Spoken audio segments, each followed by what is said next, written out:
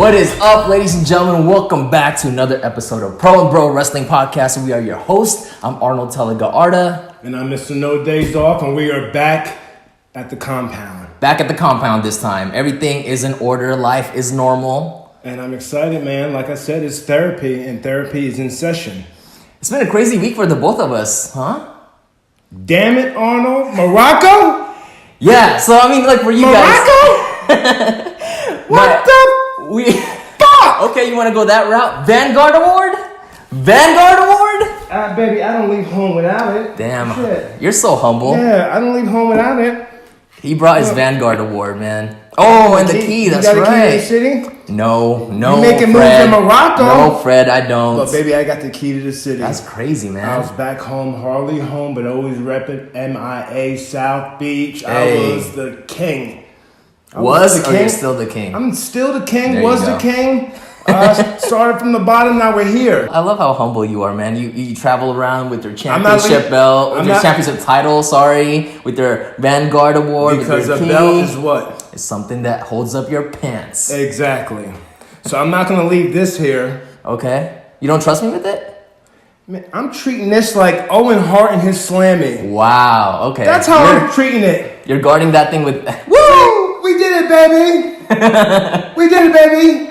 You're guarding that thing with your life, because that's how Owen guarded his Slammy Awards, man. 2-time Slammy Award winner. Yeah, well, this is just a start. This was my biggest honor ever. You know what you should do? Just like what Owen Hart did. You know how Owen had his 2 Slammies on his tights? How funny would that be if you had the Vanguard Award on your wrestling tights? Yeah, that's good. That's good. Right? I did, and don't forget the key. And the to key. city. So the award can be on your back side, and the key is on your front side. So you carry it everywhere you go. Yeah. I remember. What are you chewing on? What is that? I got ginger because Ginger. I love ginger. You and your ginger, man. I can't. Every time we go to a sushi spot, Fred always orders a bowl full of ginger. They always, and I say it all the time, please, can I have a bowl, $5 worth of ginger? Yeah, they always give it to you. Sometimes, yeah, they do at the spot we go to. Yeah. But sometimes other places, they don't get me. They bring out a little bit. I say, please. I'm like begging. They're all stingy with it. Well, like they don't know what I'm saying. Yeah. You know, I say, please, can I have a large or a big order of the, ginger, because I just love the taste of it. I hear ya. And it's good for my stomach. There you go. Okay. I'm not letting go of this. I was before you cut me off, damn it. As I always do. I remember I had a hard hat made on my trunks. Yeah, I remember that. The yellow construction hat, right? Yeah. And Hornswoggle backstage in the locker room. Yeah.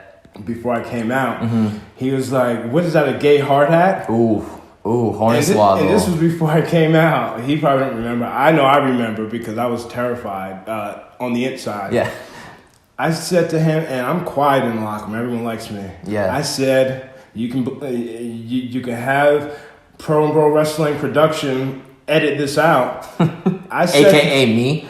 Yeah, you can bleep it out. But I said to Hornswoggle, I said, listen, motherfucker, I'm the nicest guy in the locker room. Don't you ever talk to me like that. And I walked out and no one said anything. But I was pissed, Do you know how he reacted? Did anyone tell you how he acted remember, when you left the room? My short-term memory, my long-term memory is kind of spotty. I would have loved to see his face, man. I was pissed, man, pissed. And I guess, and I love Hornswoggle. Him and I did a program on NXT, and I had fun. Yeah. It was fun, man. Yeah, it's entertainment, man. It was fun. Yeah. He brought me down. I got on my knees and I was punking him. And he kicked me right in the dick. Did you take the tadpole splash? Did I? Damn it, I told you my short-term memory. I think I did. But I had fun. That's cool, Again, man. we're storytellers. Yeah. See, I'm not letting go of this. Wow, all right. So that's where I was going about. You said I should get this on my tights, and then I was telling you. Yes. A story came to me about Hornswoggle saying, what is that, a gay hard hat, so. I'm not leaving this here, though. I'm not leaving, even though the compound, gosh, let me just. Stop. You know, if you did leave that thing here, next time you came here, Fred Rosser would have been scratched out. Would have said Arnold Telegaarda. Like probably duct tape over it with a Sharpie. Arnold Telega Arta. Now, that's going too far. I'm telling you, so don't leave it here. That's going too far. Don't leave it here. Blood, sweat, and tears and sacrifices, baby. I paid the price. I sacrificed my career and living my childhood dream to inspire others to be and accept themselves, Mr. Arnold Telega Arta. Fred has such a hard time saying my name. The professor. I like that. The professor, man. I was thinking that literally on the walk over here. Okay, the professor. The professor of Pro Wrestling. Oh, snap. Is that my new gimmick? I'm all about it, well, man. that's why you got to come with it. You got to have your facts. I'll bring it. We bounce ideas off each other all the time. But before we get started, make sure you guys subscribe to us on our YouTube channel and listen to us on iTunes at Pro and Bro Wrestling and leave a review. And if you like what you hear, give us a 5-star rating and tell us what we can do to improve our podcast. But what are we going to talk about today, Fred? Goldie, baby. Goldie and Cody.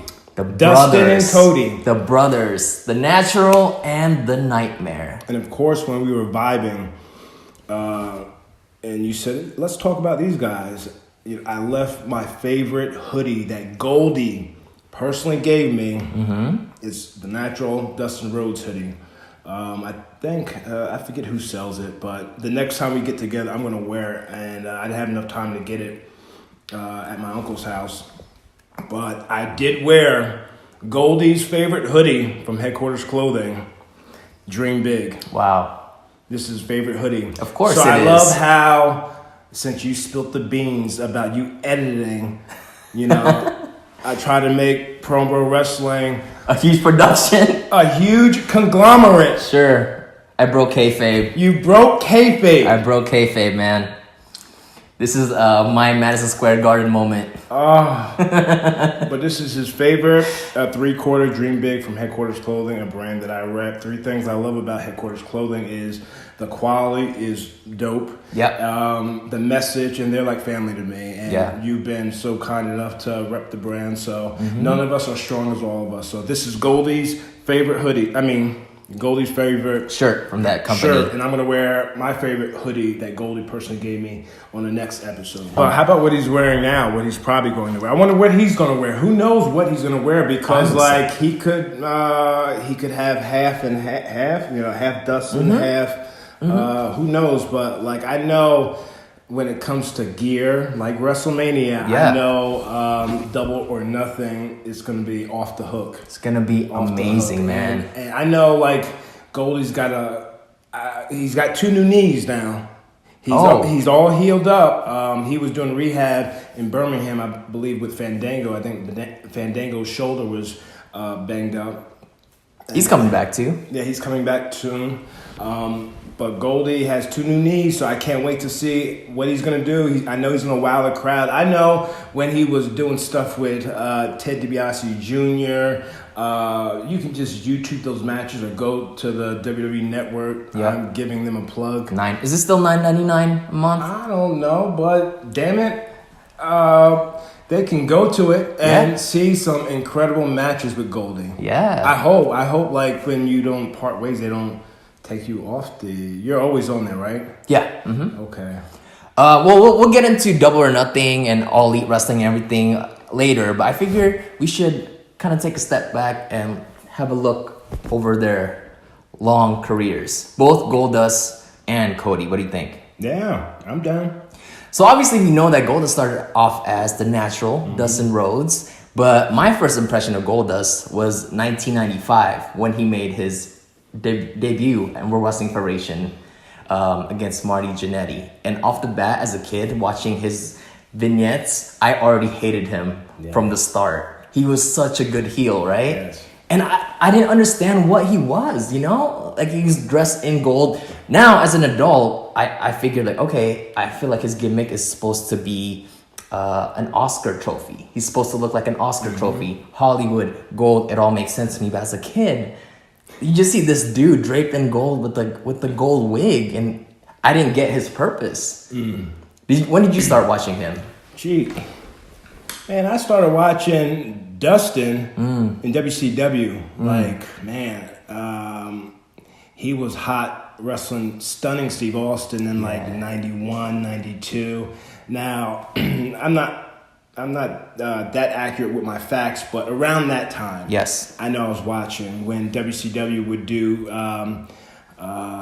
war games with 2 rings. That was awesome, by the way. I mean, I wish like WWE would do. They did it with NXT. with NXT, right? Yeah. Because that's Hunter's baby. So like he comes from that WCW.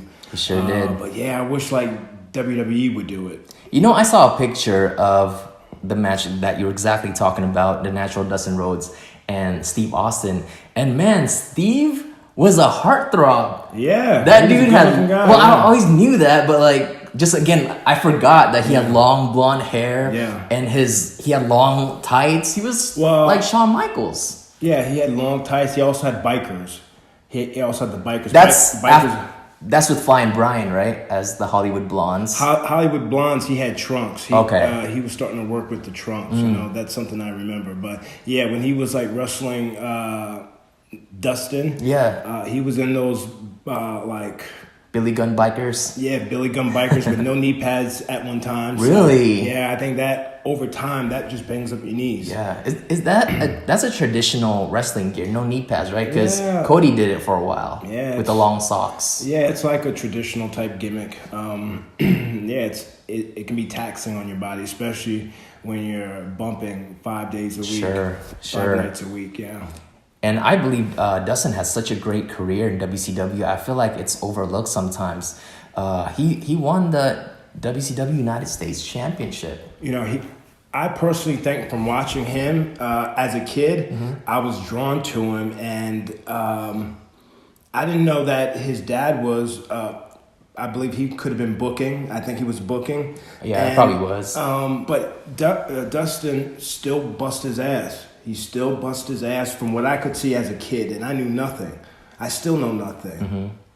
I imagine Dustin probably even worked harder because based on his interviews that I watch, it always seems that he needs to prove something to his dad. He was very open. I don't know. I'm pretty sure this is not a work and that it's a shoot, but he's very open about how he's always felt like he wasn't enough. Yeah. Every time he would have a great match, he never got that pat on the back once he goes backstage with his dad.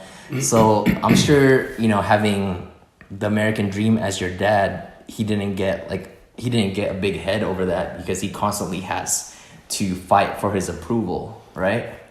He's not the only one. For me, growing up, when people ask me about my dad, I say the one thing I can say about my dad is that he always had a hot meal on the table for me. He did all the cooking. My mom couldn't cook worth shit. She couldn't cook at all. And at the time, she was out clubbing. Yeah. What, you can't cook? No, I can. I take that back. I can cook. I can press start on the microwave, or I can angle a cereal box real well and prepare a meal for myself. Yeah. But I was saying, Yeah. he always had a hot meal on the table for me. Yes. And he always would come to my sporting events. My mom was out clubbing. My dad was at all my wrestling, my amateur wrestling, football in high school and stuff like that. He was always there. He would never tell me that he was coming, but he would always I would always see him in the crowd. And he would always say, if I didn't get a tackle, he would always say, I seen you miss that tackle. Like everything was like all the negatives, Yeah. And that's just how he is. He's a freaking negative Nancy. But he was always there. Yeah. And when I got involved into the independents, when I started from the ground up, and a lot of the magazine articles that I was in, like Pro Wrestling Illustrated. I miss those. Yeah, he would collect all those, and he would leave them in the back seat of his car. Cool, man. And like whenever I would borrow his truck to go up to Chaotic Wrestling, Boston, where Sasha Banks came from. Okay. I would use his truck, and a lot of my friends that I would carpool with, like Danilo and Fibio. You hung out with him, referee. Great guy. And we would all ride up to Boston, and they would look in the back seat, and they would see all the stuff like, "Hey Fred, what the hell is this? freaking magazines with Are you. you Mark for yourself? Yeah, that's my dad. Oh, okay. So he'll never say it to my face, you know, but he is proud of me. And I've heard other people say, oh, he's proud of me. Even the Vanguard Award recently. Oh, that's great, man. You know, he was very proud of me from what my uncle told me. That's great. So I can understand Dustin. I can understand Dustin, but you know, Dustin also, you know, he said in his most recent live sit-down interview that he said that he likes to work the people, you know. He's kayfabe, so that's true. You know, so maybe at home, you know, they're like, hey, you know, we're gonna get these people. We're gonna think that we hate each other. Yeah. So I'm like, and I love it too. Yeah. I love it too. With my mom, I said, hey, we're on this red carpet. It's showtime. So when I'm Will Smithing you, that's the key word with her and I. Will Smithing you. Because you know how Will Smith is? Hey, Jada. Yeah. What the hell is he doing? Like, he's very loud. So good, man. But he's very loving, you know? So I'm like, hey, Mom, damn it. You get the shot? Yeah. Yeah, that's my mom. She's my personal photographer, damn it. She's like, okay, Cindy, okay. Don't you talk to me like that. I was like, damn it, you're on the payroll. So I said, hey, Mom, I'm going to Will Smith you. Yeah. So, and sometimes it comes out, you know, natural where she really pisses me off. Then it turns into a shoot. Then it turns into a shoot. Yeah. But yeah, I can understand Dustin, but like I said, you know, he could be working us. But that's true. I never thought about it that way. I always thought that was real. Yeah. But yeah, who knows? But Dustin has such a great career in WCW because he's also been a tag team champion with Ricky Steamboat. How many people can say that? Yes, and Ricky, he's my mentor. Yeah. You know, he's one of the guys that when I started coming up, he always gave me advice, and I would always watch his selling and his fire. Right. You know, because even though he was getting his ass kicked, when it was time to have that fire, him and Ric Flair, they had classics. Yeah. So him to work with Ricky that was a learning experience because you learn more from watching on the apron. For me, you learn more from watching matches and watching on the apron, what to do, what not to do, what looks cool, what looks smooth. I think it's pretty cool in some way that both Cody and Goldust's career is kind of parallel to each other. Whereas Goldust had Ricky Steamboat to be his mentor as a tag team champion, whereas Cody had Hardcore Holly. Right, both veterans, and they were both tag team champions at an early age, and that's pretty cool, right? Yeah. Oh, Bob Holly. You mentioned that guy's name, and my heart just stops because that's how it felt when I was a local, an extra. You get it. And I had a match with him. It was me and Mike Cruel against Bob Holly and Charlie Haas, and Bob Holly chopped me so hard. Oof, man. I thought my heart stopped. He has and this is when the guys are all... Yeah. You know you gotta prove yourself, No, not that. You know, they were... Got it. You know where I'm going. Got it. And he put you in the corner. Ooh, fuck, I had nightmares, you know? That didn't hurt what you just did right now? No, baby, it's all sound. You're immune to it. Yeah, I'm just like... If you did that to me, I would have a permanent red tattoo on my chest. Don't do it to me. I'm not gonna do it. Hell no. My body's calcified, man. I don't feel nothing, you know? Good for you, and it's all about technique. Yeah. Technique, baby, in the chop. You can sound off, and it won't even hurt. That's really cool. But some people, don't like chops because, you know, they get chopped in the nipple. And it does suck, you know. You want to aim for here, you know? Yeah. Kind of brush off. Yeah. Like sometimes people aim low for the nipple, and it kind of hurts when they hit with the tip of the finger. Yeah. So that kind of hurts some people. So, or also, people come high and tight, like in the throat. Man. Be careful. So you want to aim for the middle of the chest. You know who's not a fan of chops? Who? Kevin Nash.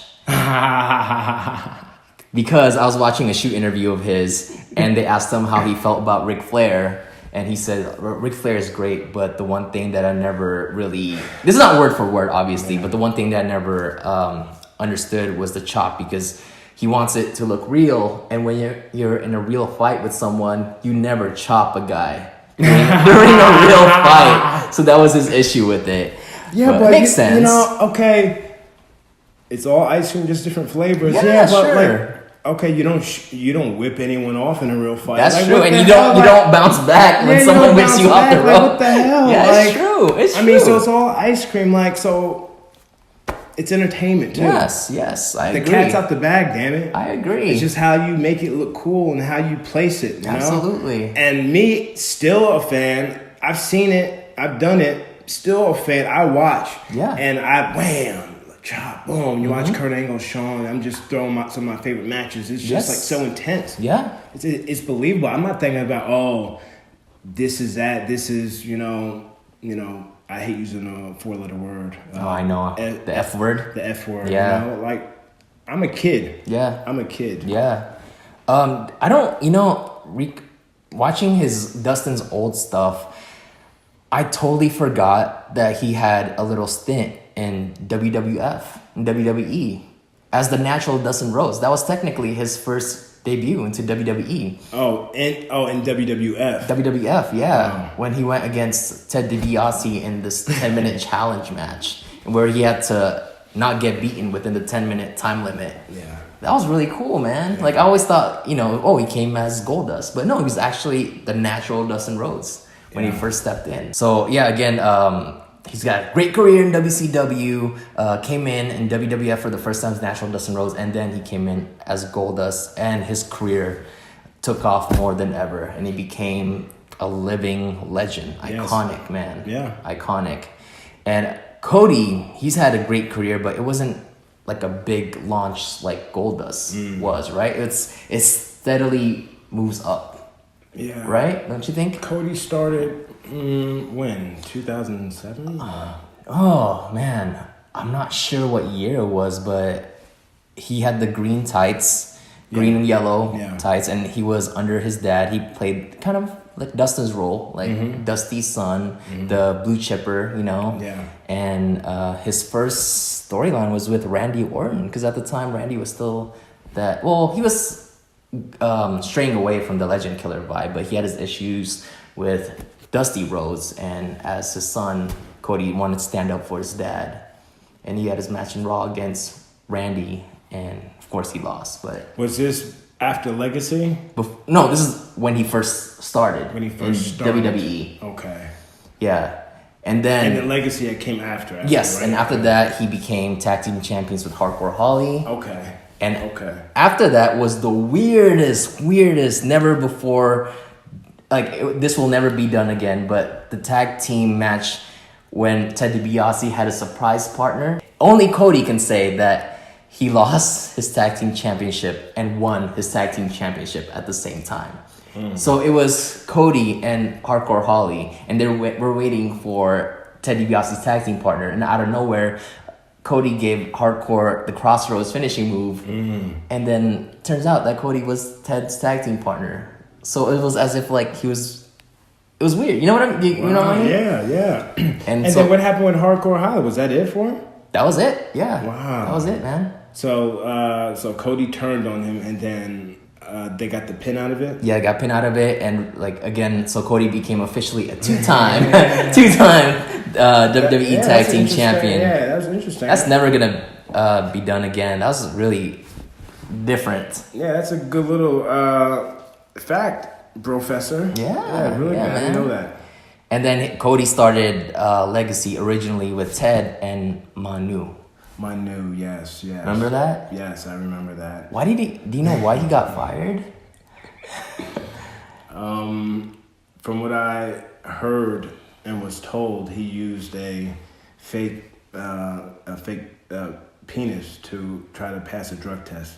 Oh snap! Wow. So I think he might have got caught with that, and then ultimately that could have been it. Yeah. So that's what I've been told. Makes sense. That makes sense. That's what you heard through the grapevine. I wasn't there during the time. I started with the company in 2009, so this was like maybe 2007, 2008. Yeah, okay.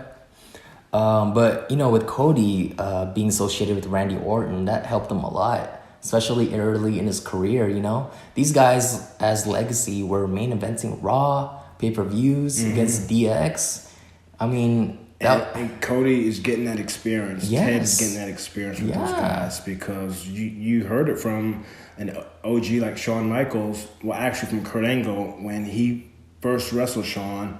They didn't walk through anything. They just talked. They just talked. Yeah. And that's what I did with my one friend one of my top 5 favorite matches, Jake Atlas. We didn't walk through anything really. We just talked. We just talked. Get comfortable with each other.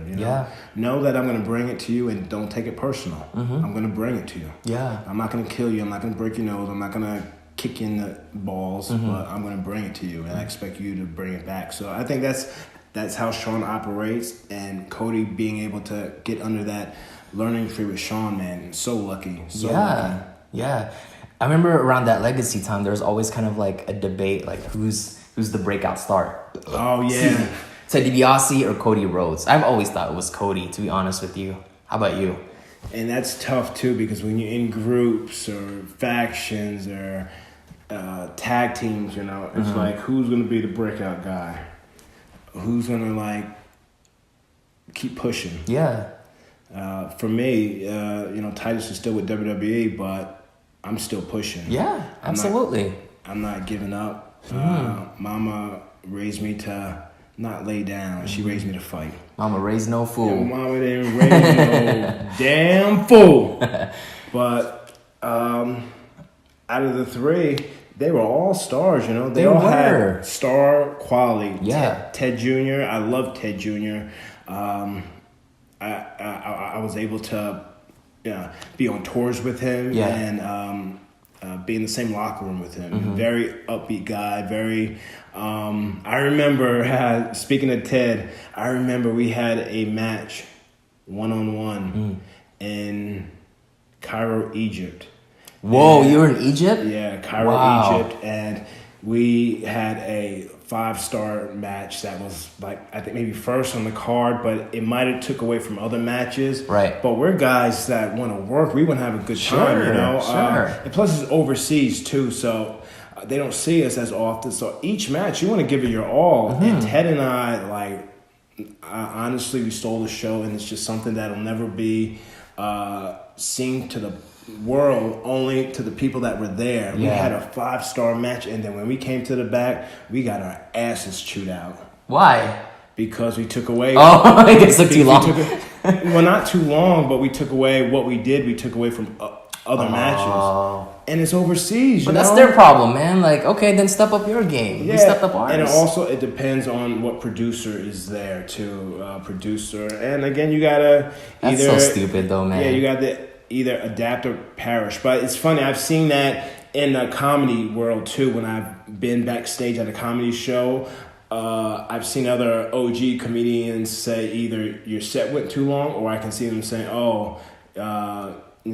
what is there left for me to do? Sure. So it's just like, what the hell? Sure.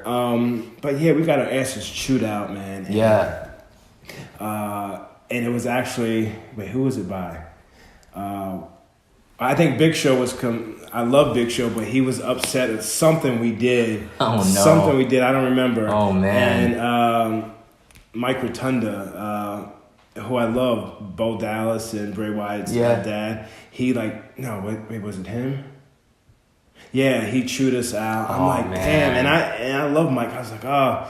And then Ted was like, I'm sorry, Mike.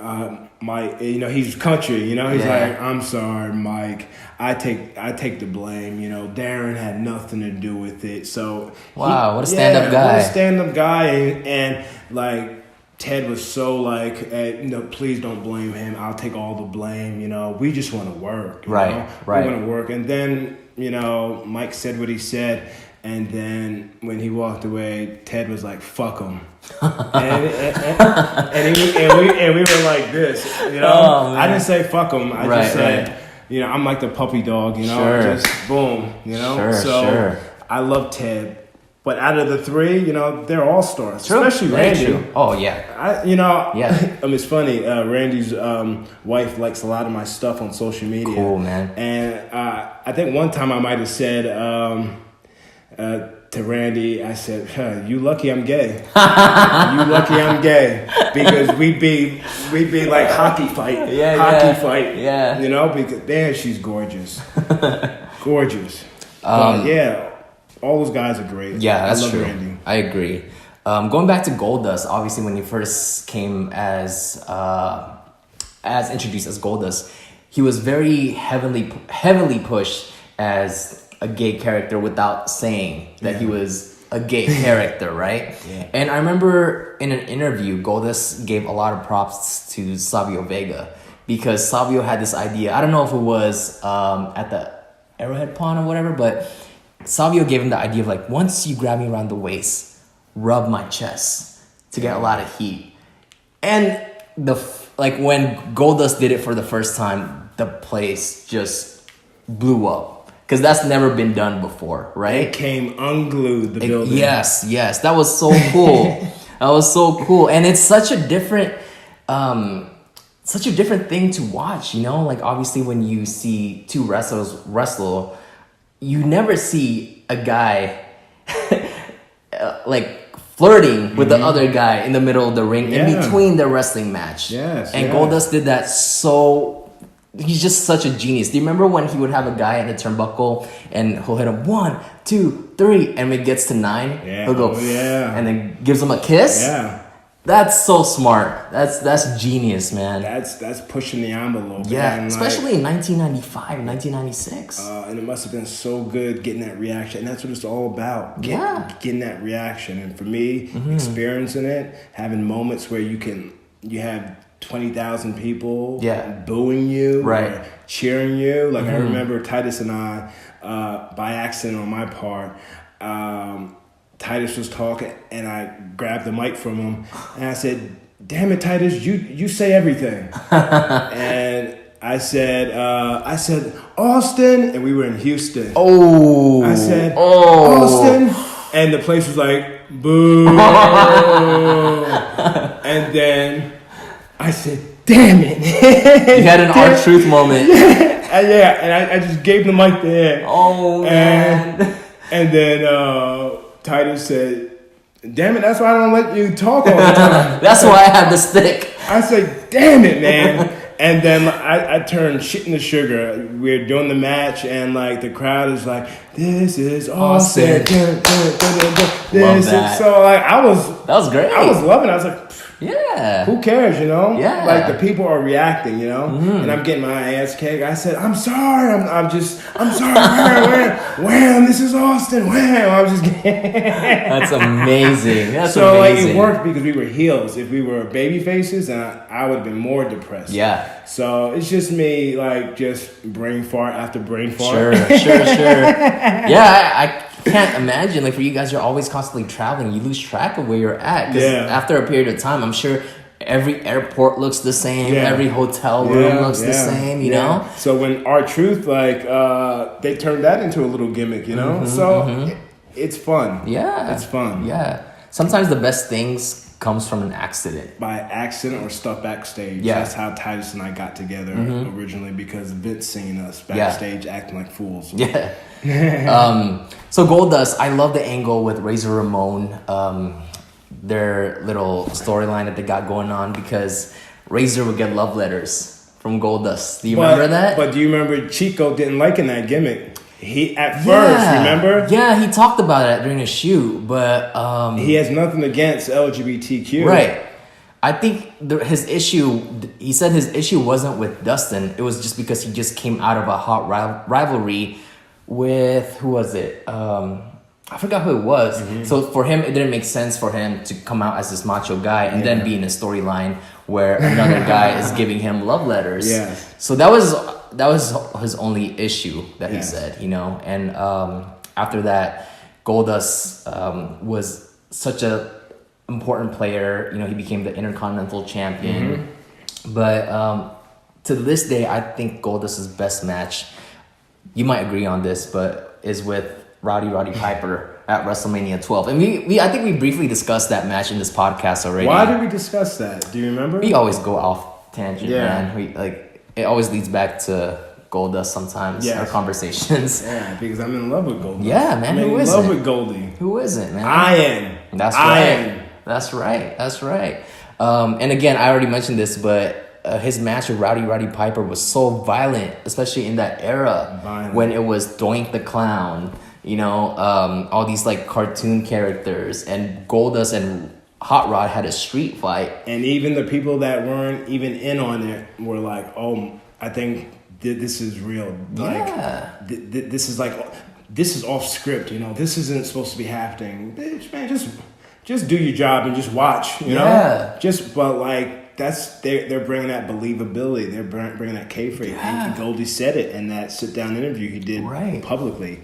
He was like, you know, after he was done with the fight, you know, he's still cursing. You know, he's still pissed. Like, and the people are watching, and I'm such a big fan of that. It doesn't matter to me. It's still real. Yeah. And it's so funny, like, it's such a great match, but the one thing that I remember about that night is when Roddy Piper tore his outfit and he was wearing a lingerie inside.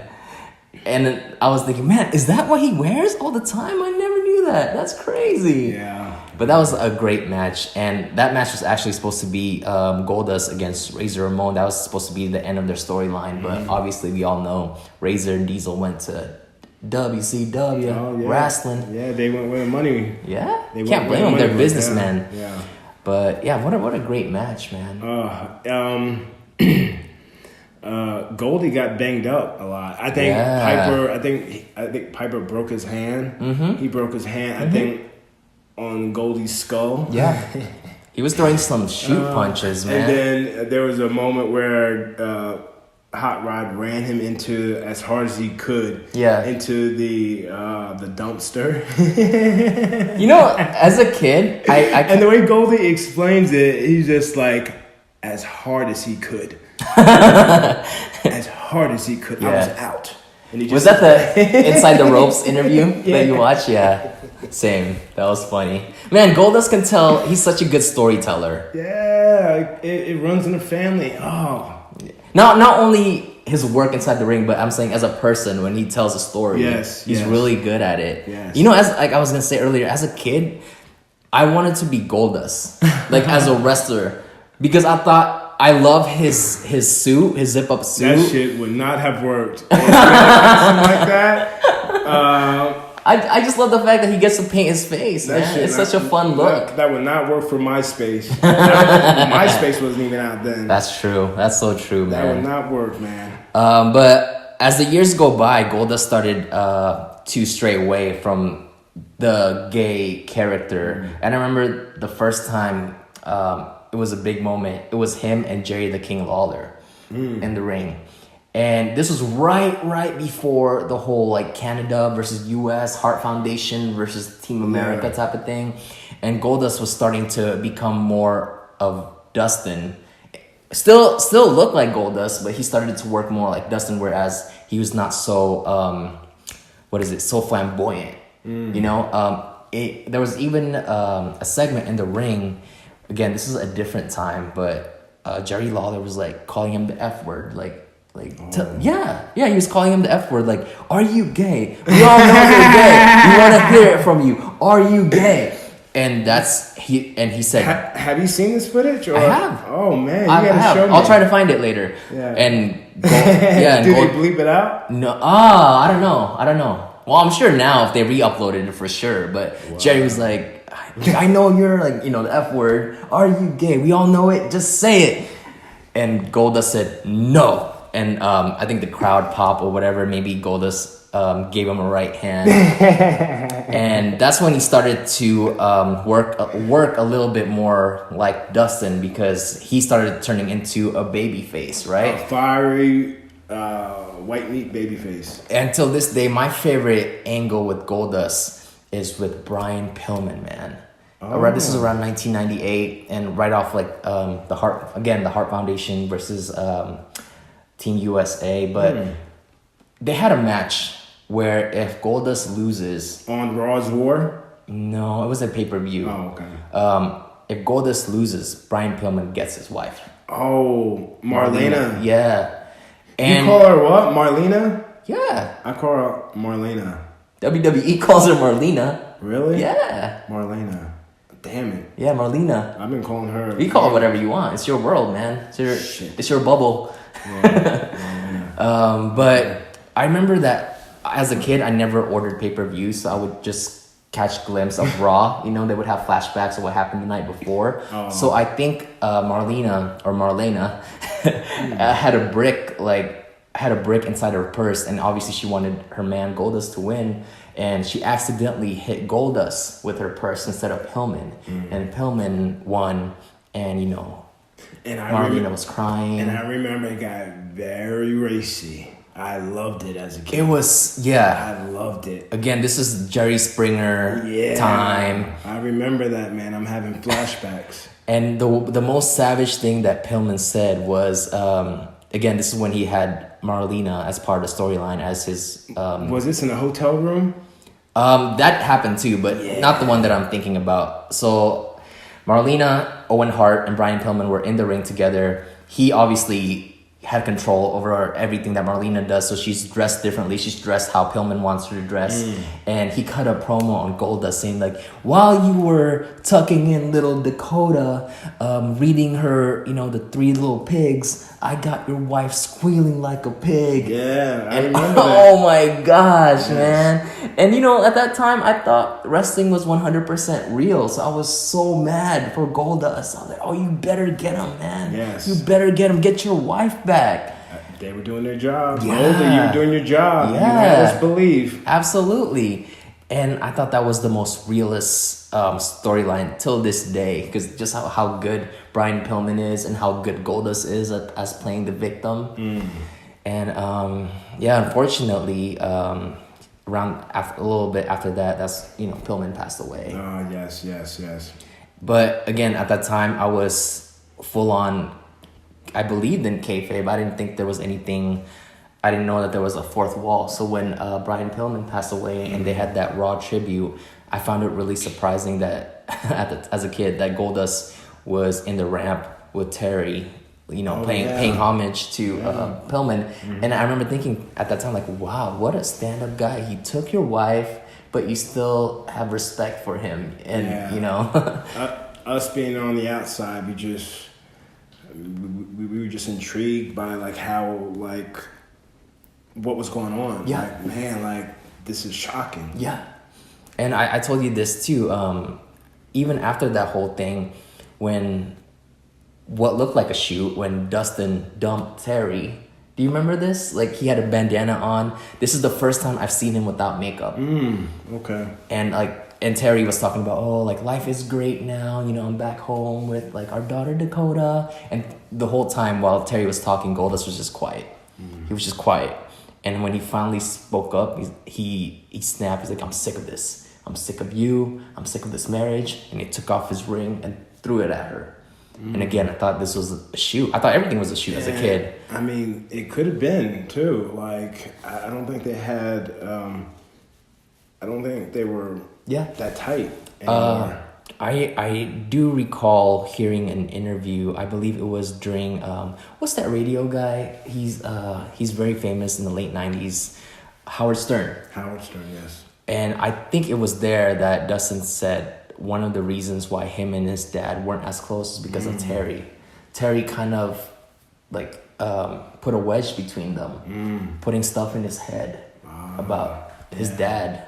And obviously, when you're married to someone, you take their side. That's your number one, you know. So I feel like that's what really kind of drove them apart. Yeah, and you know, again, like I have a feeling that there were issues because eventually Dusty and Dustin got closer again. So yeah, there could have been some issues there, man. But again, I don't mean to indulge in their personal life, but this is just all public knowledge. Yeah, it's like what we all know. Exactly what we all know. So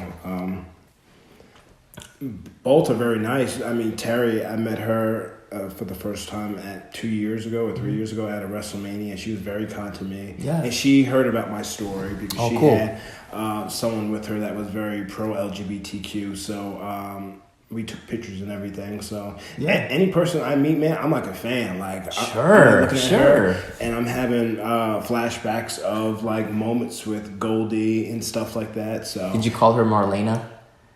I probably did.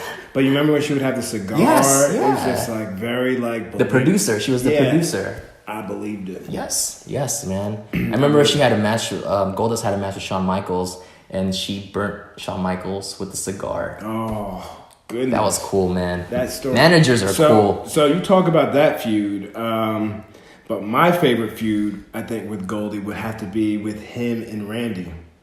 Oh, when he was fighting for Cody's career. Exactly. Yeah. Exactly. Yeah. And I just want to hear that promo. That's all I want to hear. Yeah. And Renee, it's no secret that I have been the screw-up of the family. Cody has chosen to live right, the right way. I've had second, third, fourth chances here. I've messed them all up. Cody getting fired is ridiculous, all because of Triple H throwing his weight around, embarrassing my family's name, the Rhodes name. That's not cool. So tonight, Cody has a second chance. He gets it. Because I mean business. And Randy Orton, after tonight, you will never forget the name of Dustin Rhodes. After the whole Terry Runnels divorce thing, here comes my favorite version of Goldust with Luna Oh, yeah. as the artist formerly known as Goldust. I love that. You know why I love that? Every episode of Raw, he looked different. Yes. This is when no F's were given from Goldust, man. Like his body was just like a canvas, and he was just painting stuff on his face. At one point, he was a slave with a like pink ball. He pushed the envelope. Yeah, I think he was a Christmas tree. Like one Raw episode. I thought it was so cool because I remember as a kid like looking forward to see what Goldust was gonna look like on Raw. Yeah. And I think the most craziest outfit he had on was when he had like I believe he had a pink wig and like two horns popping out. That was I love that. Yes. And do you remember he had FU on his cheeks? FU. Oh no, I don't remember that. So he had FU on his cheeks. Did he do that for a while? No, I think he probably did it for one night only. Oh, but FU. it's double meaning because it's FU obviously, but it's Forever Unchained. Forever Unchained. Yeah, that was really cool. Oh, okay. Yeah. Again, that was so attitude, man. Attitude era, right? Yeah. And then he stepped away from WWF and he made a little short, I don't know if it even lasted a year, but he stopped by WCW. Oh, really? He A stopped little back? bit. Yeah? Yeah, he came back and... Wow, I don't remember that. I thought he went from... Man, I thought he went from WWE or WWF to TNA, no? He did, but this is before. So there's this. I'll show you again after this. I'll show you. There's this promo that he did inside the ring. I believe it was an episode of WCW Thunder, but it was the debut of Goldust's new character. So Goldust is painted all white. His whole head is white. He's dressed like the Undertaker with the hat and the black long trench coat jacket, and he flew across the ramp. It looked like he was being crucified. He flew like Sting across the ramp and he landed on the Like the Sting, ring. your favorite. Yeah. But then again, I'm sure this was a work, but at that time, the 98, 99, they want to make it look like everything's a shoot. So Goldust grabbed the mic and said, "Oh, by the way, I left WWF for this exact reason right here. I always thought that I'm good enough to be Dustin, but no, they put on this stupid gimmick and they made me Goldust, and Goldust sucks. And now that I'm back in WCW, I've always considered WCW to be my home, and I wanted to be myself, me, Dustin, and they put me in this stupid ass gimmick. Oh, and by the way, my name is Seven. My gimmick, my name is Seven." And man, he just like like he crapped on everything. And yeah, but I'm sure that was a work though. But I don't know. To be honest, I don't know. But he was talking like it was a shoot. And this was WCW. Yeah, this is like 98, 99. Wow. And then yeah, you're right. He did have another run there. Yeah, and then he went back to WWF, and he had that Christian gimmick, where he was a devoted Christian. Oh God. And he was Dustin. Really? Yeah, and he had almost like a copy and paste storyline with Val Venus as he did with Brian Pillman when Val Venus took his wife Terry. But at this time, Terry was in on it and actually enjoyed being with Val. So it was like kind of like Val took his girl, you know? Yeah, yeah. And he constantly had this sign, you know, like Jim Ross like put him over, the whole gimmick over, because he would always pray before his matches, and Jim Ross would say, "Oh, there's a right place and time for everything. This isn't the place for Dustin to do this." Yeah. You know, and he was super Christian, always prayed, always in a good mood, and he always has a sign that says, "He is coming. He's coming back. He is coming." Wow. You know, and we've seen those like Christian, Oh yes. you know, Yes. petitioners like saying, Yes. "Oh, you know, all that." So he was doing that, but so he had a match with Val Venus. I forgot which pay-per-view it was, but it turned out that he's referring to is Goldust. And Goldust came back. So that's the whole time when he was carrying that sign that he is coming, he meant Goldust is coming back. And that was so cool because that's the first time as Goldust that he ever did the Shattered Dreams move. Oh yes. He did it on Val. Yes. And then eventually, I think they outlawed that. I'm sure. That's such a risky move to take. Well, no, it's not risky. It's just I think maybe they started going PG. Oh, sure. So they don't want kids doing that. But I think at Double or Nothing, he's definitely gonna do that and some. Seriously. But it is a cool move, right? Yes. Yeah. Shattered Dreams. Yeah. Like it's so cool. It's like as cool as the People's Elbow. Oh yeah, the setup is nice, man. That long setup. That long setup. Everyone's just waiting for it. And there's nowhere to go either. Yeah, it's up there with the worm. Okay. Right? Yes. Especially when you can get the people behind you. Yeah. Oh yeah, the people hop. WORM. Ho. You know what's also underrated that I think is so cool is D'Lo Brown's leg drop. Oh yeah. When he goes like this. Yeah. God, man, I loved him, man. And then boom. I don't know why, but as a kid, I studied his matches. I would record his matches on VHS and just study him. His future Jeff Jarrett, anybody. Yes, Anybody. yes. And X-Pac. and he's the first guy to ever hold the Intercontinental Championship and the European at the same time. Yep. He literally had Eurocontinental champion on his tights. Yeah. Oh, He's great, man. One of my favorites. I saw him at a recent interview, and it's cool. Who, Have you D'Lo? seen D'Lo? Yeah. Have you seen his merch? No. His merch is basically a black shirt, but the front looks like his chest pad. Oh, that's cool. Right? That's so smart. Hell yeah, that's cool. Yeah, I'll show you. There's so many things I need to show you after this, but Damn. yeah, he has that too. It's really cool. What's your favorite version of Goldust over the years? My favorite version would have to be like again when he was feuding with Randy. You know, Yes, I like all right. the moments. Yeah. I like his moment with Piper, but my favorite is when he came back and he was having great matches with Ted. I Right. mean, he was really moving. He was Right. He was thinner. He was in great shape. Yeah. He was feeling great. So those matches, I think he did. What is that move? He did some. The final cut. No, not that. But I'm having a brain fart. Is it one of his signature moves or no? No, it's not a signature. It's like a move like one of the cruiserweights does. Hurricanrana? I know he's done that. I know he did that recently within the last couple of years. He would do stuff like that, pull stuff out. Yeah. It's not his style, but Sure. he can do it. Man, I forget the name of it, but yeah, I'll have to look it up. You know what's one of my favorite versions of Goldust? Is the ooh. When he got electrocuted. Yeah, and I've seen that in person. Him maybe nonchalantly do it, and I just cry laughing. Him wanted to not break kayfabe when he would have interviews outside of WWE. He still had had the stutter in the middle of his interview. Look up. That's good. Yeah. Man, that's a good idea. Right? That's a good idea to just do. Like, Yeah. if you don't want to be interviewed by someone or... Yeah, right.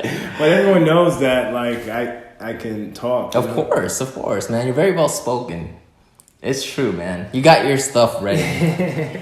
But let's go back a little bit to Cody. After Legacy, he broke out on his own. I remember his first WrestleMania match was a triple threat with Randy Orton, Ted DiBiase, and obviously the match kind of went as everyone expected.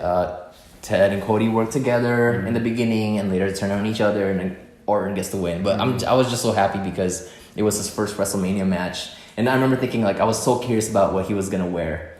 And Cody? Yeah. And he wore the orange trunks with no knee pads. And, like, I thought that was such a great look. And then he broke out as my favorite version of... Well, I take that back. My second favorite version of Cody as Dashing Cody Rhodes. Dashing Cody Rhodes with the promos. Yeah. With him, like, in the mirror. You know why he got that gimmick? Why?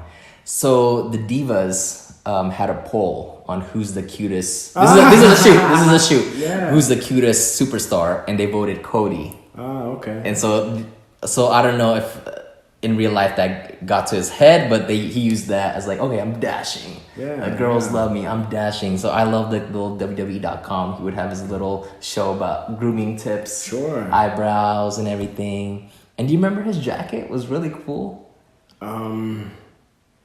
What was it?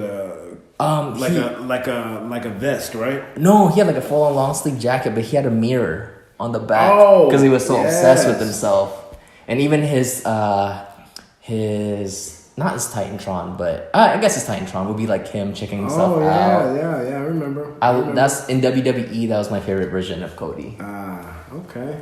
Yeah, I mean, Cody is always evolving. Oh my God, He knows yeah. how to, at a young age, he knows how to evolve. I mean, when he did the Stardust, I mean, it was good. He commits, man. Yeah, he commits. He commits, exactly. As Stardust, he stayed as Stardust. He never became Cody during that time. I was watching an interview of him and Sam Roberts, and you know, they were going through memory lane of when he was Stardust, and Sam was saying, you know, like, back when you were Stardust, we would have interviews early in the morning, and you came ready as Stardust, meaning you had to wake up an hour early, put on the whole gimmick, and you committed. Yeah. And Cody said the reason why I did that was because I've always thought that Cody was definitely cooler than Stardust, and I didn't want to be Cody talking about what Stardust is about. Yes. I figured let's just bring Stardust instead of Cody. Yes. And he was always Stardust, even during his backstage segments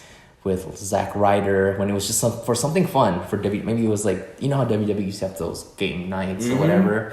He was always Stardust. He had the face paint and everything. He had the face paint and everything. Yeah. And I love Stardust so much because I feel bad loving him because Cody didn't. That was like a rough time in Cody's career, but he did such a good job. Yeah.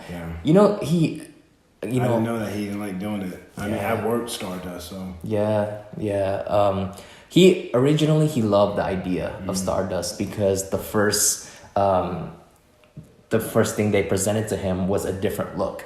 He thought he was gonna have like a star, one eye. He was gonna get contact lens, and he was like, okay, this is great. I can make this Stardust gimmick work. This is cool, actually. He was excited about it. But week after week after week, they just keep on changing the look where it starts looking more like Goldust every single week. It's like, oh, why don't you wear this? Why don't you paint your face like this? And then... This was WWE telling him to do that? Yeah. And it got to the point where they said, I think you should shave your head. And Cody's like, all right, then I'm just mini Goldust. I'm mini Goldust. And he hate, like, that's when he got turned off. Yeah, I bet he definitely hate that. Yeah. But I thought it was so cool when he first debuted with Goldust as Stardust. I love his theme music. Oh, yes, I did too. And, like, they would change up the camera angles for him that were pretty cool. He would have his entrance. Oh, yes. When he gets in the ring, and they would do something with the camera that would just really highlight him. He would, Goldust would be in the ring, but Stardust would be standing up on the ramp. in the middle. He wasn't in the ring. Oh, well, I think he climbed once he got in the ring. Oh, they had another pose? Yeah. Well, no, he would climb up on the ropes, the second ropes, and he would do something into the... Oh, with his hands. Yeah. Right, with the star? Yeah, and then one of the moving cameras would like catch him in a different way. So that's what I'm looking at. Okay. Yeah. Yeah. I love that character, man. I mean, kids loved it too because... merchandise too. Yeah. Merchandise is very important. I remember one of those Make-A-Wish Foundation. One of the kid wanted to meet Stardust, and they actually had it on an episode of Raw, probably after Raw. You know, Okay. the kid was in the ring with Stardust taking pictures in front of a live crowd, Wow. and that was really cool. Wow. Yeah. And you know, after Stardust kind of strayed away from Goldust, the character Stardust kind of became this evil villain character. Yeah. It kind of took a character of its own. And do you remember when he got paired up with the Ascension? Yes. What are the names again? The Cosmos, the something. They called they had a group name for them. It was something Cosmos. Man, I forget. Yeah. But yeah, they were doing vignettes and everything. Yeah. And it was just, I'm pretty sure, because I know from experience, just to stay relevant, you know, just to stay busy. I don't know if he was a big fan of it. Yeah.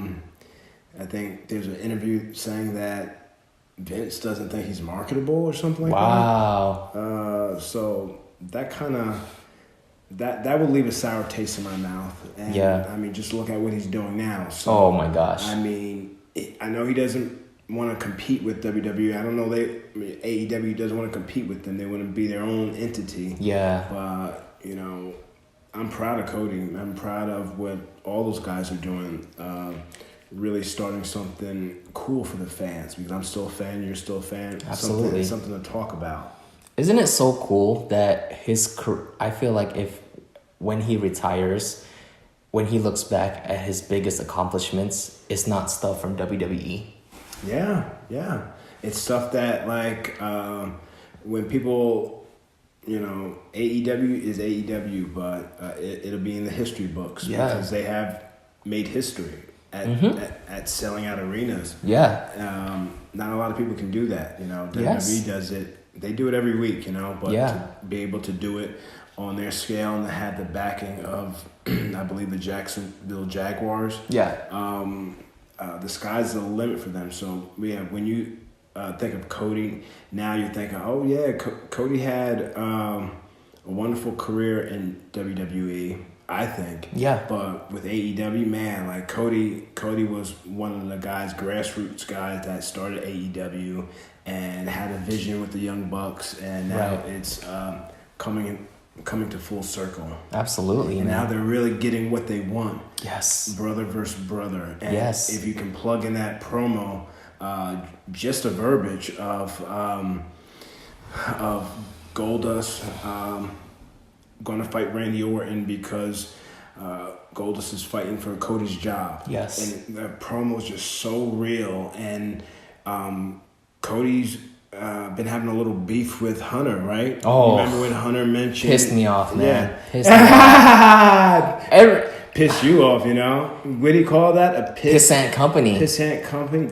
Damn it, man. There's 7 billion fucking people on this planet, so there's enough wrestling for everyone to go around. I feel like Hunter's really showing his true self these days. There's so many leaked When people footage. show you their true colors, believe it. Yeah.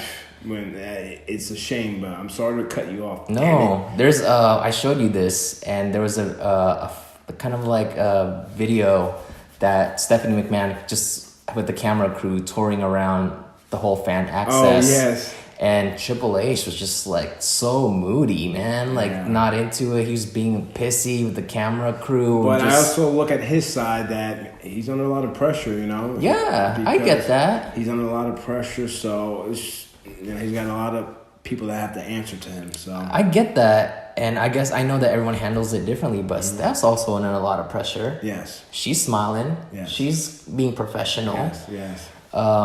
But yeah, it just made me so mad that he called, like during the Hall of Fame, that he called Pissant Company. But Cody did fire back. I don't know if you saw. But wait, hold on. Sorry to cut you off. It's funny with that one video. It's like with Hunter and Steph, like being shown access. Yes. I'm a type of guy. If I'm in a relationship, I'm the introvert. And my last serious relationship, Nikki was the extrovert. Yes. So he was very chatty, and I would chime in here and there, especially when I warm up. It takes me a while to warm up. Yeah. But like if I was in that type of setting, I would just be smiling, just like. And let Nikki, who is Stephanie McMahon in the relationship, just do, check this out. Right. And I'm just like, oh, yeah, this is wonderful. Yeah. And I would tell, Nikki, just please help me. Just lead the way here. Sure. Just make these people feel comfortable. Sure. Man, that's how I would do it. Yeah, I get that. Yeah, man. But sorry to cut you off. No. In the Hall of Fame, Triple H called AEW Pissant Company, but I don't know if you saw the last episode of Cody's YouTube channel. I did about him talking about his bodybuilding career. He called him a pissant bodybuilder. That's a low blow, man. Good. Yeah, good, man. Because it's so like, come on, Hunter. Like, you don't need cheap shots like that. Yup. Don't talk about. No. Whatever. This is my favorite book, man. Shut up. This is my favorite book, man. Right. I got this. I'm not much He's of a holding reader. a Triple H Making the Game book that he came. Man. The only book he came out with. So, he's got a book, man. That is not your favorite book. Well, I don't have many books, but this is one of them. All right. Hey, I was a big fan of it. Yeah. But, yeah, that's a low blow on Cody's part. Yeah. Cody's the type I of popped guy. for that. Cody's the type of guy. He'll be in the locker room, and he'll say something like, because when Titus and I were team, when Titus and I were team, sometimes I get beat up a lot, and Titus would make the comeback, and we would switch it up. I said, "Hey, big man, we're gonna switch this up, okay? I'm tired of getting my ass kicked. That shit's tiring. Because I go all in. Yeah. All in. Pun intended. Yeah. So Cody would be in the locker room being like, so Darren in front of the locker room. So Darren, who's gonna be taking the heat tonight, huh? I mean, you do a great job at it, but and he would say that. So it put me on the spot, and like I'm non-confrontational. Yeah. So it was just like, he's just stirring the pot. But he's stirring the pot in a good way. He would always stir the pot with Ryback, Skippy. He'll always be Skippy to me, but he would always stir the pot with Ryback. Well, shoot, because they go back from Deep South Wrestling. Deep South Wrestling, probably OVW too, I think, but to the farm leagues back in the day. So yeah, Cody knows how to bust balls. He knows how to mind games. You gotta find a way to entertain yourself when you're constantly on the road. You gotta have a little fun, Yeah. Different personalities, and in the locker room, we're like a traveling circus. So, yeah, I bet. Like I said, when I first got into a locker room and I was in a locker room with The Miz, I couldn't stand him. He just doesn't turn it off. You and everyone else. Yeah, I couldn't stand it. Yeah, but like fast forward to like years later when I worked with him, he was great to me. He helped me out, and even before then, he was just a really cool dude to people I would bring backstage. My family. Yeah, he was nice to me. Oh yeah. We're at Survivor Series, 2018. He took the time to make eye contact. Extended his hand and details. Details. Really cool guy, man. Really People cool guy. Make eye contact with you, and I respect The Miz because I feel like in a way he's us. He's been a long time fan who just happens to get his dream job and got a lot of heat because at that time reality shows aren't cool. Yes. But now everything is a reality show. Even our Instagram account is a reality show. Yes. And now he's on another reality show, Miz and Mrs. and is doing great. And he is a freaking hard worker, man. When I tell you, hand to God, like when it comes to media, he is like on. He's turned on. He's not like he's always energetic. In a suit. 6:30 a.m. 7 a.m. We got to be downstairs because we got to be a star. We got to do this. We got to do that. We got to promote like a city. Yeah. And he's ready to go. Yeah. And I compete with that because I'm like, man, he's got his shit together. I got to make sure I have my stuff together. And I'm energetic too, especially at a Be a Star. I love doing the anti-bullying Be a Star. So when So when I know he's gonna be on there, I was like, oh man, I gotta have the people do my block the hate chant, you know. Yeah. And then after I'm done doing my Be a Star, Miz knows how to like get the crowd, you know. He's just all in. He's great, man. He's great. But yeah, I'm so excited for like May 25th, Double or Nothing, because Goldust he's always said that his dream match, he wanted to go out of the business by having a WrestleMania match with Cody, and that's how he wanted to end his career. And they're doing it. Yes. They're doing it. Yes. Or the hashtag he's been using, was it the last ride? Yep. Mm-hmm.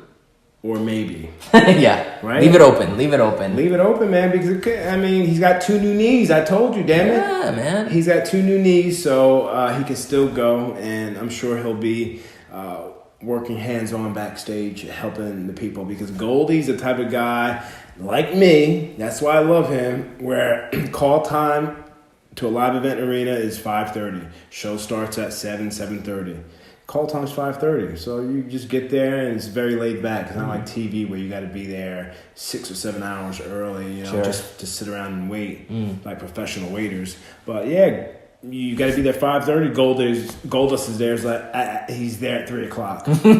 He's there at 3:00. He's just just on the phone texting. He's just on his own. I like to get there early to just stretch and just move around because I love the business. I would get there early and just hit the ropes, work up a sweat or something like that. Nothing crazy. And Goldie would always come out and he'd always like and he'd just start fighting with me and he'd bring me over and he'd be like but he got the sound effect, right? Make the sound. So sorry. So Goldie was just like, it's great, just having fun, and like I'm like, Goldie, I'm stretching. He goes to kick me, boom, drops a knee. I'm like, Goldie, why are you wrestling now? Like, please, Goldie, leave me alone. It. Yeah. And then something inside joke, I would always make fun of him about his shoulders, because like his shoulders are banged up. So like one shoulder is like kind of like like slouched or whatever. Okay. So he would always bust my balls that I was making fun of him for being banged up. I said, Goldie, I'm not disrespecting you. Yeah. He's like, you're making fun of me, man. And he's like, and he's real. I'm like, Goldie, stop, please. Yeah. So he's just a great guy to have, and AEW definitely prosper with him being backstage even more. Sure. And this is what happens when 2 amazing creative talent gets full creative control, because their promotion for this storyline, for this match, is just genius. We saw Goldust's Dustin Rhodes' version first, and his story.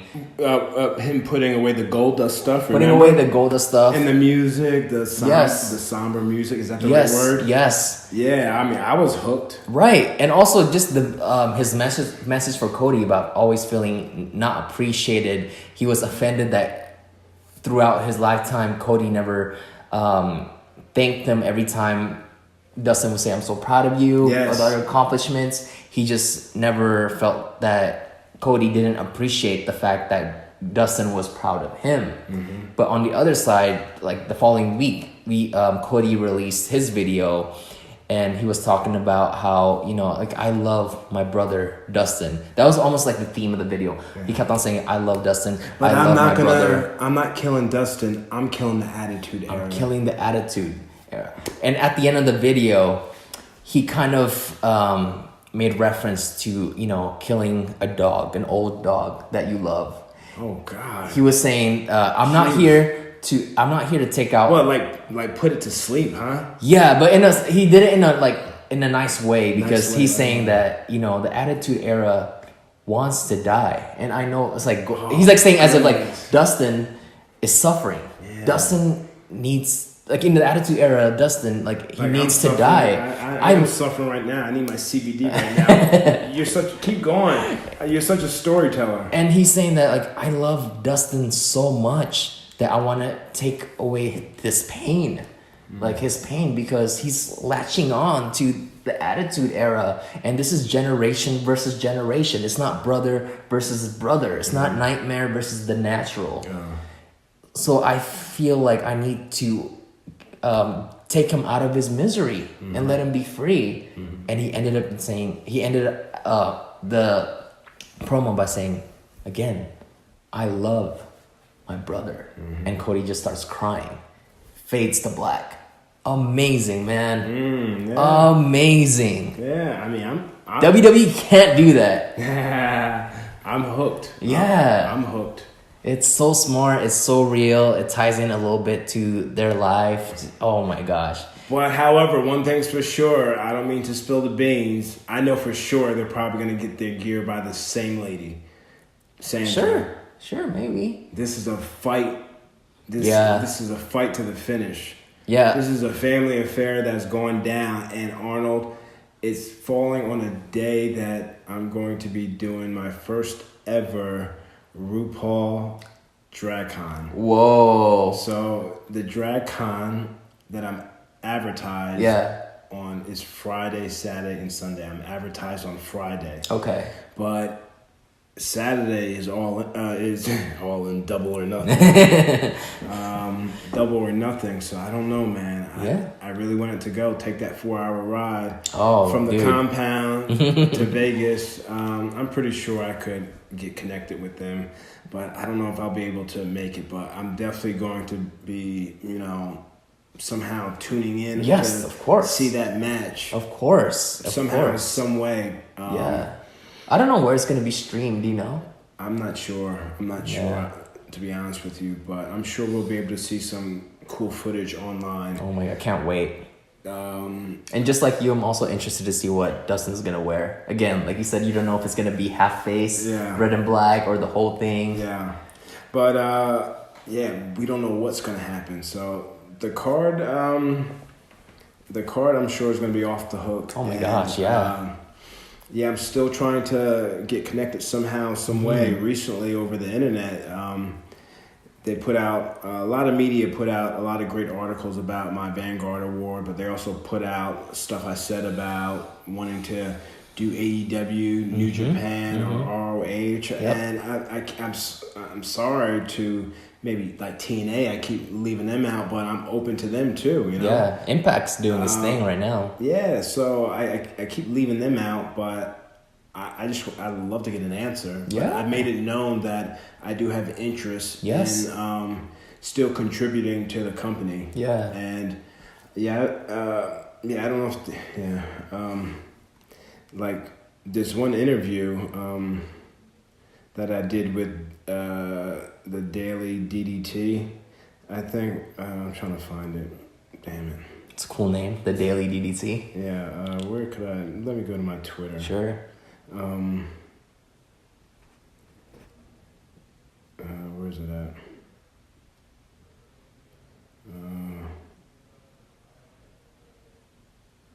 The Daily DDT had put out this article, AEW, why they should sign Fred Rosser, formerly known as, and they put out a great article. AEW has yet to produce its first show, which will take place later this month, the 25th in Vegas. Yet its empowering message of inclusiveness has made quite the statement in professional wrestling. Far too long, pro wrestling has lived in an outdated state, hatred, where words like representation and celebration have fallen by the wayside. So, they mentioned a great article where you can go to dailyddt.com. But they said, but AEW could still use a veteran performer who brings the same what can they do buzz that an up-and-coming would. Absolutely. They said, that said, they should strongly consider signing me. Absolutely. So they put my match with Jake Atlas. Yes. And, they put some great stuff, and I think it would sell to the masses, especially with mainstream media, me contributing to, the wrestling business. So, it's a really cool article saying why give me a shot. So, Yes. again, I'm not begging, but yeah, it would be fun. Absolutely, I man. still have a lot left in the tank, and I still have a lot left to offer, and I think the block tape movement can be running wild, brother. Brother. Let me tell you something, Arnold Telegarta. The block the hate movement could be running wild in AEW. Dream big, say your prayers, eat your vitamins, and believe in yourself. Dream big, block the hate, salute the great. I was watching a video about WrestleMania 35 and how if you're actually there watching the event, the reaction for Hogan is not how they made it out to be in the network. It was definitely like mixed reactions because based on the controversy, and Mixed reaction, yes, really? and they said that, And even like okay, keep going. Sorry. no, it's all good. They said like the tone of the audience was kind of them rolling their eyes. not even so much. Okay, not even so much about the controversy. Well, but like New Day in the front row of the Hall of Fame. But it was kind. It was What like. was their reaction like? I'm not sure. I didn't see that part. What for New Day or for the crowd? No, New Day. What was their reaction like? Show me. Dude, okay. They weren't even looking in the ring. Like, I think Big E was just like looking down, and I'm sure Xavier was just like looking around. Like, even if they were looking to the camera, they just kind of had that face. But when Bret Hart got attacked, they were like, First in the ring. They're alert. But the reaction was kind of not so much about, a little bit of the controversy, but it was kind of like, do we need this? Do we need another Hulk Hogan WrestleMania intro just for him to botch the stadium's name again? Again? We've all done it. I know, but dude, WrestleMania, do your research, man. I don't care if I messed up because he's the reason why I'm in the business. Yeah. I don't care. Yeah. I don't care. And the funny thing about it is he was poking fun of himself messing up in the other WrestleMania, and then he messed it up again. When people ask me about Hulk Hogan, the media outlets, I think we've all said some things that we didn't mean to say. Mm-hmm. I don't talk like that. Yeah. You're not going to catch me slipping like that. Yep. But I said we've all said some things, and he's one of the reasons why I got into the business. And when I came out, he knew me by my stage name, and I got a picture with him. Damn, Oh, you do? Wait, I got to find that. I wonder if I think I do have a picture. I gotta find it. Wow. And I asked him if I could get a picture, and I think we took a picture, and he said, "Hey, Darren, man, I heard your story, brother, and a lot of respect." Wow. And I was like, wow. I mean, for him to know my stage name, Absolutely. Darren Young, I guess he watches the product or he's heard my story. Of course. He said those things. Yeah. He could have, like, when I walked away, he could have called me some colorful words, if you know what I mean. I don't think he'll do that to you, man. But, like, hey, it is what it is. He's the reason why I'm sitting here talking about my experiences and vibing with you, the professor of the LA area. I mean, jeez, man, just right around the corner. What an easy commute. Right? But yeah, man, I think that's a good spot to wrap it up. I guess it's time to take it home. Okay, sometimes you just gotta take it home. In this business, back in the day, you African Americans didn't know how to articulate. I don't know if that's JR or the Colonel. The Colonel. That's the Colonel? You're the king of impressions, man. And there you go. We'll leave it at that. Thank you guys so much for watching and listening. I hope you guys are just as excited for Double or Nothing as we are. Again, Cody Rhodes versus Dustin is gonna be one of the matches that I'm really looking forward to. What a story! I can't wait. It's gonna be live combat theater at its finest. Yep. It's gonna be incredible. Yep. I'm not letting go of these, so you. All right, I'm gonna do my stuff where you hold that, and you do my stuff too. You do the block the hate, salute the great, because I'm so proud of this. Okay, thank you guys so much for watching. Don't forget to subscribe to our YouTube channel, and don't forget to follow us on Instagram at Pro and Bro Wrestling. And until then, Block the hate, salute the great, and cut.